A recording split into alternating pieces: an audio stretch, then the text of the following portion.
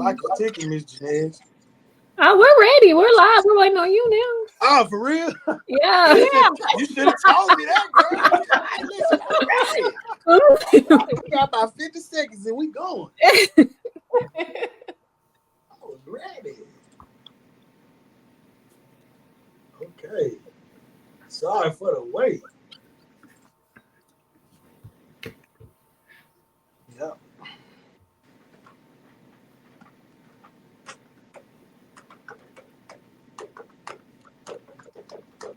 All right.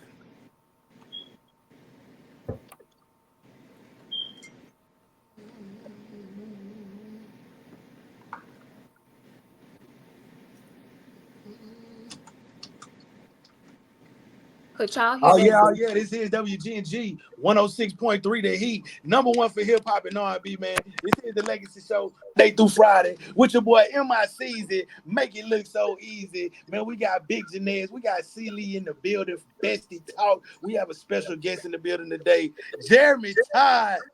Hey man, what's that? Jeremy Hardiman.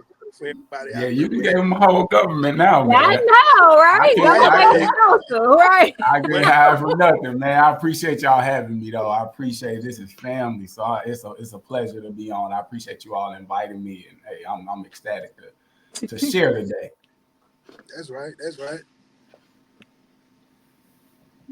So we're excited to have you. So for those that don't know, Jeremy is my brother. Super excited to have him on the show today. So Jeremy, just go ahead and tell everyone that doesn't know you a little bit about yourself. Oh, for sure. So born and raised Grenada, Mississippi. So I have the G. I know we got a couple other G's there locally, Greenwood, Greenville, all that. But out of Grenada, Mississippi, attended Jackson State University for undergrad. Go Tigers, I love. Also got my MBA from Clark Atlanta University in Atlanta, Georgia. And, I currently own a career services business named Articulate Your Value. We focus on a suite of career services. We do professional resume writing, cover letter development. We also help with LinkedIn profiles, interview prep, and overall just helping people get to the bag by being able to fully articulate what it is that they do to the prospective organizations. And then we also recently launched our workbook as well, and I'm pretty sure we'll have an opportunity to talk about that. So a lot of great things happening out this way. I'm currently residing in Fort Worth, Texas. And so, but I never lose sight of what's going on in the city. I can keep up through Crispin or through Mike. I know what's happening at all times. I always keep my finger on the pulse. So again, It's a pleasure to be here. And Miss C. Lee, it's an absolute pleasure to meet you. Like I said, though, they may not be able to see you on the resume on the radio, but those earrings blinking. So I know they bling blah, bling blah. Nice to meet you too, Jeremy. It is a pleasure. So let's get right into it. Can you tell us why is the resume so important? Well, it's important for a lot of different reasons, right? We were just talking about food. So a closed mouth does not get fed. And a lot of times we're often looking for opportunities to, take our lives to the next level.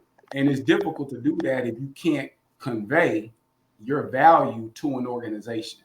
And so what I do in terms of professional resume writing, it's a pretty simple approach, in my opinion, right? So first and foremost, you got those systems out there now. And so you have to bypass applicant tracking systems. So a lot of times people apply for a role and it seems like within 30 seconds, they already get feedback saying, thank you for applying, but we decided to go with more qualified candidates. That's an applicant tracking system. So that's what you want to be able to navigate. And that's what we help people with. But then secondly, speaking to your value creation, my resumes are a bit different, right? It's not going to be an objective-based and task-based resume. No, we want to talk about how you impact the bottom line of the organization. People, if they don't relate to anything else, they relate to dollars and cents, they relate to numbers. And so even if you're with a for-profit organization, a nonprofit, if you're in the federal sector, it does not matter. You have to be able to convey your contributions and your results and be able to quantify that, make it digestible so an individual can understand what you're going to bring to their respective organization. And so that's one of the main reasons why the resume is important. But then beyond that, we talked about, really getting to the bag. And so, I've done a lot of research on this topic And if we're looking at a weak resume versus what's considered a strong resume, you're looking at anywhere from about 10 to 15% in a job offer. And so then how do you look at that over time? And so let's just say that's $100,000 that you're looking to make with that role. And on the baseline, that's the low side. On the top end, you can get 125 to 130. Well, with that stronger resume, we're looking at that 115 to 130 range. And so you multiply that times 10 and you can do the math on how much you would have earned over that time frame, let's just say over a 10-year period. And so the resume is important for that reason. But the important thing to note, the resume does not get you the job. It should help get you to the interview, which ultimately you have to execute in to then land that job. But it's that initial key that's going to open the door for employers to reach out to you. Yeah, so if you guys can see the screen, this is an example of a resume that Jeremy actually did for me. So just in real time, you guys can kind of see it's very detailed, very thorough. And I've sent it to people and they're like, oh, I love your resume. It's so good. But, you know, you got to pay to play out here. Hello. Yeah, So I look at it as an investment, right? Yeah. Because this is one of those things where it does have a return. Where you get those shoes, that bag, that nice little bag you got, it'll give you some intrinsic returns, but is it going to yield to your bank account? And so that's how you have to look at the resume in the in terms of paying for the service offerings, is that it's an investment, and you definitely want to go with somebody that has decent experience. Oftentimes I tell people you can't go into Louis Vuitton looking for Walmart prices. Right, you got to expect a certain level of quality, so you got to be able to pay for that. But either way, it will take care of itself on the back end. And one of the things that I want to point out too, in terms of what you showed, Crispin, with that example or your resume, I don't have all the bells and whistles. I've often told people, like, you come to me to be a graphic designer, you come to the wrong person. I'm not gonna add the shapes and shades and all these things on the resume. I'm gonna keep it pretty standard, but the important thing is that the content serves the aesthetic. Yeah. So can you kind of break down what elements of the resume are most important to kind of help you stand out? And we could take a look at mine if you kind of want to point through some of these. Absolutely. So in terms of the elements of it, really all of it, even starting with the heading, and making sure that you have the right contact information. If I can't get in touch with you, then okay, this is all for nothing. And so it's very important to have that. And so typically in terms of hyperlinks, I'll include your email. So make sure you have a professional email. Can't have hotboymichael@hotmail.com, right? You got to give them your professional email address. Right? So you want to make sure that you have that. And then also typically I'll just include a hyperlink to your LinkedIn profile, because usually that's the platform that people are going to go on in terms of trying to see who you are professionally. Now, that doesn't mean that they won't scrub your Instagram and your Facebook, your TikTok and all of that. So you do want to make sure that you're on point with that. And, I say, hey, whatever you got there, you don't care about being seen, that's on you. But in terms of the resume, typically for me, I'm just going to include the LinkedIn profile. So another important element in that heading is the target role. And I include that because for ATS purposes, a lot of times those applicant tracking systems will search for the job title in your resume, even if you haven't held that position title over the course of your career. So this is a way that you can kind of navigate that process. Now, the professional summary, the next section, that's important because it's as if I would have, I'm going to, Celi's about to give a speaking engagement. She's about to be the keynote speaker, right? She's going to want somebody to introduce her. Well, that's what the professional summary is. It serves two purposes. First and foremost, it introduces you and properly kicks off the resume and sets the tone psychologically for how people should view your credentials. But then also it can begin to align with qualifications that are listed within a job description. So we're introducing you, but then we're also checking the box as it pertains to those specific things within the job description that the applicant tracking system will search for. And so this is a great section to modify because unfortunately there is no one job description. And so that's not saying you got to have 1,000 different resumes, But this is a section of the resume along with the skills and competencies that you can make adjustments to align to that job description and improve your match rate so that you can navigate the applicant tracking system. And then obviously the meat of it is going to be the professional experiences. And so here, this is where we go into, again, as I stated, you don't want to just list your objectives and what you do. If Mike is talking about what he does on the radio, all right, we need to talk about, the amount of people that are listening. What was it pre-Mike versus post-Mike? How's a legacy show bringing in attention? Because ultimately that pays into advertising and that plays into a lot of different things. But ultimately it gets to the money, right? And so that's a huge part of the professional experience. And like I said, a lot of times I work with people in nonprofit. They're like, well, we're not about generating any type of revenue, but it's still based on funding, whether that be through grants, through donors, all of those things matter. And you have to execute a lot of the various functions within the nonprofit so that you can continue to get those grants and apply for the next one. I've had clients that have secured grants upwards of 55 million. So we'd be crazy not to mention that, on their resume. Right. And so, within that professional experience piece, you don't want to just make it like simple tasks and objectives. You want to have, I use an acronym called AIM, Action, Impact, Measurement. You want to do that as much as you can. And then another thing I want to speak about in terms of the measurements. Sometimes people will just include blind percentages. Well, I can say I improved something by 20%, but what does that really mean? So absent of having some sort of whole number to accompany that percentage, it doesn't really help somebody that's outside of your organization, right? I can say I cut costs by 20% and really cost was $10 and I saved $2, right? So it's really kind of diving into the details as it pertains to that so that people will have context in terms of your credentials and your experiences. And so then finally, your education, your certifications that you may have, any community engagement things that you've done. Obviously, you want to speak to those things that are relevant and kind of more recent. Because here's the thing, most organizations and corporations have what's called a corporate social responsibility. So they're doing things in the community. So why not show that on a personal level? You're doing the same things, whether it be volunteering at the Boys and Girls Club, soup kitchen, maybe you're a board member at the soup kitchen, who knows? But you want to make sure that you incorporate that as well, because it shows who you are outside of, your professional kind of day-to-day dealings.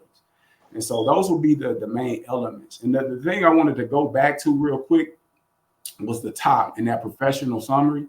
So it replaces the kind of boring, dull, objective statement, what people have when they say highly qualified individual searching for an organization where I can bring my skills and help the company grow. They don't want to hear that. Right. You know what I'm saying? You got to give them that summary, because again, right here at the top, we're kicking it off and we're setting the tone. So, I know that I pretty much said all the sections are important, but worst case, you do want to make sure you have the heading and your professional experience, because you can do without the summary and the skills and competencies, but people are going to want to know what you have done. And then lastly, keep it to 2 pages. Like, we don't need to see, anything beyond that. I was at a college fair. This young lady had a 6-page resume. I was a bit perplexed. Like, who reading all that? In the 2 years, you a sophomore in college, you got a 6-page resume. So, you definitely want to keep it to 2 pages. And that's an ATS or applicant tracking system best practice, is minimizing it to 2, because you got to think, as a hiring manager, do I really have time to go through multiple resumes and then I get to one and it's over 5 pages? I may just skip it altogether. So you do want to keep it at 2. If you have less than 5 years of experience, I would say keep it at 1. But anything beyond like a 7 to 8 year threshold, a 2nd page of real estate is more than 1 or 2. Completely agree. I know the listeners on the radio may not be able to see the resume that you're showing on the live, but I just want to tell y'all that this is top tier. I work for the Defense Intelligence Agency, and we take career development courses. And all the stuff that you're saying is exactly what the federal government is looking for. They have the applicant tracking system, and it will kick you out. And, it's really good to state that summary and to highlight the impact and not just the objectives. So can you tell us how much does it cost for you to tailor someone's resume this way? Hold that thought, brother. Hold that thought, brother. We're going to go to a quick commercial break. We got to pay some bills real quick. So just hold that thought. Now, this is the Legacy Show Monday through Friday, 2 p.m. to 6 p.m. Hey, man, we got Bestie Talk. We got Big Janez. We got C-Lee. We got Jeremy Hardiman will articulate your value, articulate your value. I was about to say vision, but articulate your value, okay? We'll be back with resumes. Either you want the Honda or you want the Ferrari. If you want the Ferrari, hey, you better stay tuned, man. This is WGNG 106.3. The Heat, baby. Don't touch that dial. Yeah, that's definitely a Ferrari. It's My very Ferrari. fault. I had to. We got to pay some bills over here. Right got on. some comments here. Thank you. Yeah. Take me in. What's happening? Hello, everybody. Ned says you are doing a great job. Mm-hmm. Hey, Mom Dukes. That's my teacher right there, good people. Mine too. Miss Watson be trying to deny the fact that she wrote me up that time. Oh, tell us what you did. What happened? Nothing. Look, I had a Tootsie Roll pop or something. And she was like, Jeremy, take that out your mouth. I turned around like, huh? She's like, don't even worry about it. Come here. Come here. But it was probably like a whole slew of things over time. But I was Yeah, it seemed like it was building. Caught her on the wrong day. See, Lee, I'm glad you just asked about the federal resumes, though, because I'm going to make a point on that. Yeah, please do. Yeah. That's the move. She said, stop it, Jeremy. Don't tell this to anyone. That's right. Corinne said, hi, bro. What's up, Chris? Okay, we got the whole White Dog family in the building today. Hey, we show up and show out for our family now. Right on. Right? That's right. Okay. We got a few commercials. I'm going to play a song. Then we get back to it. Yeah, but for anyone that's watching live or listening, I would say definitely take advantage of this time to ask Jeremy questions, especially when it comes to your resume, because y'all know information is not free. So y'all better catch him while he is on this live. Right we have another comment here. Curry said, Jeremy made me realize that I can do more than just music. Money, dude. Wow. You want the Honda or the Ferrari? Look, there's nothing wrong with a Honda. I didn't say it was. It's just a choice. It's all. Yeah. It's a choice. I didn't say it was. It's either or. It's what you want. Yeah. You want to elevate. I'm neutral in this situation. I'm just the messenger, okay? I don't want no smoke. I don't want any smoke. I hear you, man. Throw the Phantom in there too, man. Phantom, yeah. We like rapes. Yeah, man. We like Rolls Royce. Cullinan. Yes. Bentayga. How's the weather in Texas? Is it hot? No, it actually cooled down. It's 76 right now. Oh, it's like 95 here. Yeah. Well, y'all got some storms headed your way. Okay. So it'll cool off there probably tomorrow. Hopefully. What about you, Sakura? How's the weather in DC and Maryland? She seems to be frozen on us. She'll kick back in. Well, I can tell you what it's 90 degrees and it's mostly sunny over here. Mm. Because I keep the weather on hand. I have to let the people know. Oh, the yeah. time, the weather, and the date. They need the details, sir. And you are the messenger. I am, bro. That's a huge responsibility, man. Mm-hmm. It's fun though. I enjoy it. Yeah. I try not to say stuff too crazy because I just, sometimes I just can go, I try not to get too wild. Try to keep it, Yeah. Why need you going viral for the wrong purpose? you know, But hey, they say all attention is good attention. I don't know. publicity, yeah. Yeah. Unless But I don't know. I see some like people to get say, their unless you water get cut off. indicted So. for 1,000 bottles of baby oil, you feel me? That's different. That's different type of attention right there. No comment. That's a different attention, my boy. No comment. It's okay, man. It's okay. All right. Got this Friday going. So we can't play music. I wish I could just blast it. But, copyright infringement laws. Trust me.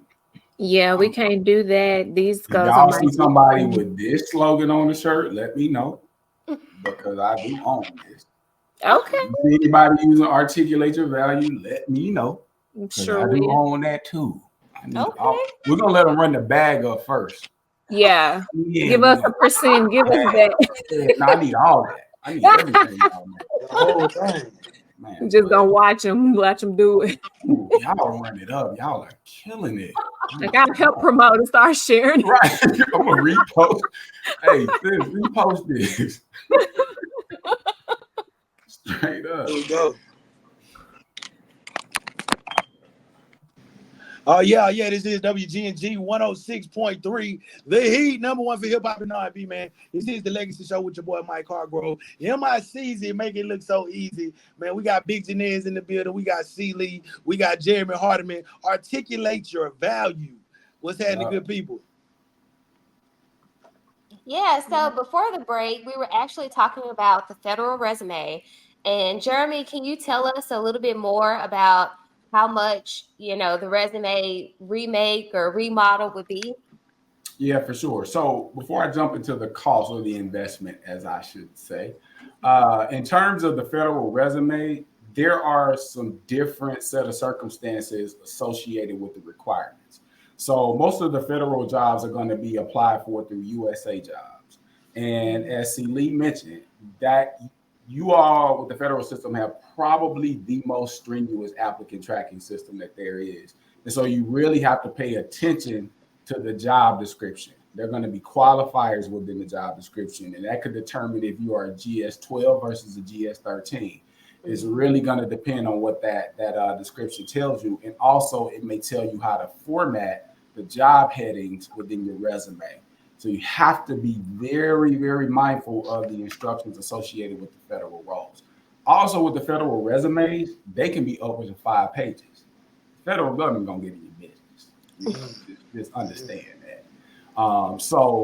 It's very important, again, that you pay attention to those. So in terms of the investments associated with the services, we'll start with the federal.